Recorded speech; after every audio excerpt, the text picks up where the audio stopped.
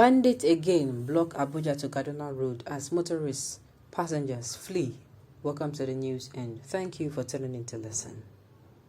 This was made known by a former Kaduna State Senator, Shehu Sani, who stated this in a post on his Twitter handle. Bandits have again launched an attack on the Kaduna to Abuja road, restricting movement and access. This was made known by the former Kaduna State Senator, Shehu Sani, who stated this in a post on his Twitter handle. According to Sani, the bandits have caused the road blockage, causing travelers to turn back. He tweeted, "I just got a distress call that bandits in large numbers have again blocked the Kaduna to Abuja road this afternoon. Travelers are speedily turning backwards." Recall that terrorists had on Tuesday launched an attack on the Abuja to Kaduna, the Ankara-Safi route, hours after they kidnapped several persons from the Kaduna to Abuja train, with 8 persons confirmed dead and several persons injured. There were at least 300 passengers on board the train, according to sources familiar with the train service. Now, let me ask this question. Are you people saying that this thing is a plot to make sure they crumble the governor of Kaduna State? I'm in my spirit and my gut, I am just feeling that is what is happening. You can't tell me this is a coincidence. One state, how many attacks? And that state has not been like this. No. The bandits have a full understanding that even the Nigerian army is on the run. So they come out with boldness, knowing fully well that there will not be any form of serious resistance. The government should litter the Kaduna or Abuja road with checkpoints, just as they did in Benin or Onitsha. Unfortunately, I don't think there will be. Right from time immemorial, we only see such things happen in the south. There were no checkpoints in the north. How comes it was only Shehu Sani that is getting news on bandits? Or has they denied that there is any attack on that road today? But our reporters would rather believe a busybody than a government official.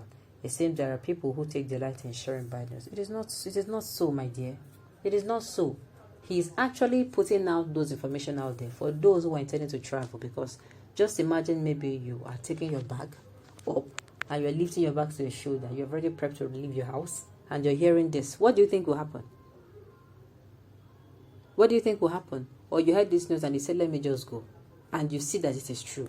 And God forbids nothing happens. God forbids so something happens. What are you going to do? You'll be like you actually saw the news and you ignored. So it's a way of them putting out the news there. Yes, it seems like a busybody, but at least he's a state now. He's a state too, so I don't want to believe that he's going to come and start. No. Though we have people that do that, but I don't think Shehu Sani is actually that kind of a person. They're not as safe. The only problem we have is IPOP Street at home that we are watching. Sincerely, it is not funny. It is not funny. Everything have obviously collapsed in Nigeria. The foundation is punctured and cannot be reinforced again. The solution remains the ultimate answer on how to save lives.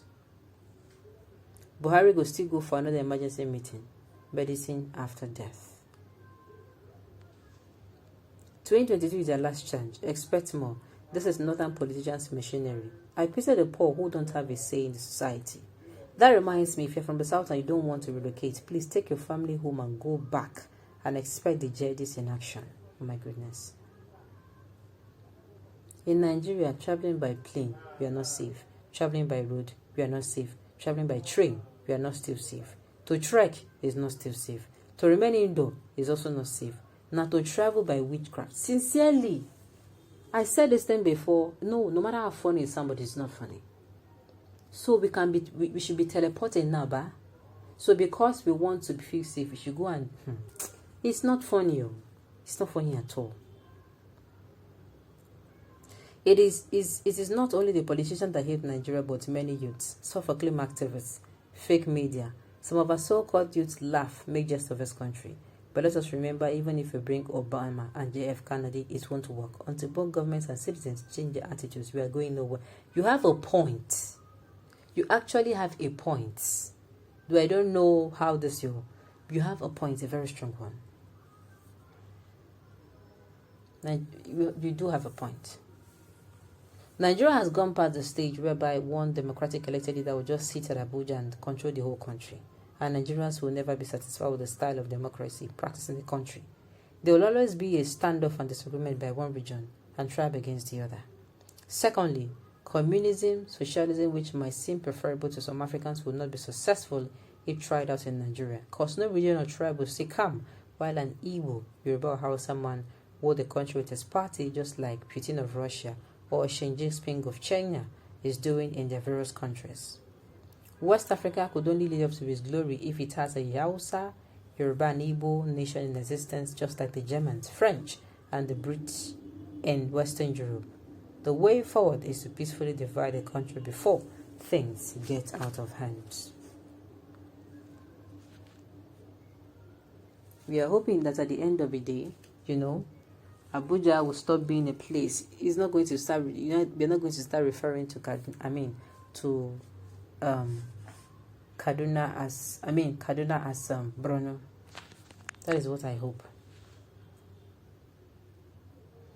They know what they're doing. These bandits are well known by the government. See how they clear ESN in 1 second, but they're pampering bandits, allowing them to kill innocent people. Where is our Minister of Misinformation here? Martin Abdekano have been shouting about installation of Nigeria, and it is happening in broad daylight. Sincerely, I just hope it is not true. Boko Haram are still occupying Nigeria. They are telling Nigerians as bandits so that it will look like they have defeated Boko Haram like they said. Of course, we know this. We know this. They will continue to block more and more. After all, those people have their leaders in government houses and their informant full many houses in the north, receiving their own shares. With this, they will still block and block. Okay. They will later army checkpoints in the east to hunt civilians, but cannot put checkpoints over there. Una furniture. Sincerely, I don't blame them at all. I sincerely don't blame them. All the security forces are in the southeast, chasing shadows while their homes is on fire. Let them continue. Unfortunately, this is the truth. Somebody came out, I think the person came on Twitter and said that when he travels to any northern states, that the peace he feels there, no checkpoints, they don't stop you to harass you, of which we know such happens, of which you know what happens. Yes, we do. So at the end of the day, we're holding up to hope, saying, okay, at the end of the day, we are going to. At the end of the day, we are going to, be victorious. Should I say victorious? All these things, no matter how the delay of tariffs, we know we are going to get to a place where all this will be a very blurred memory. On this note, we've come to the end of the news. We say thank you for tuning in to listen. Until I come your way next time, enjoy the rest of the day.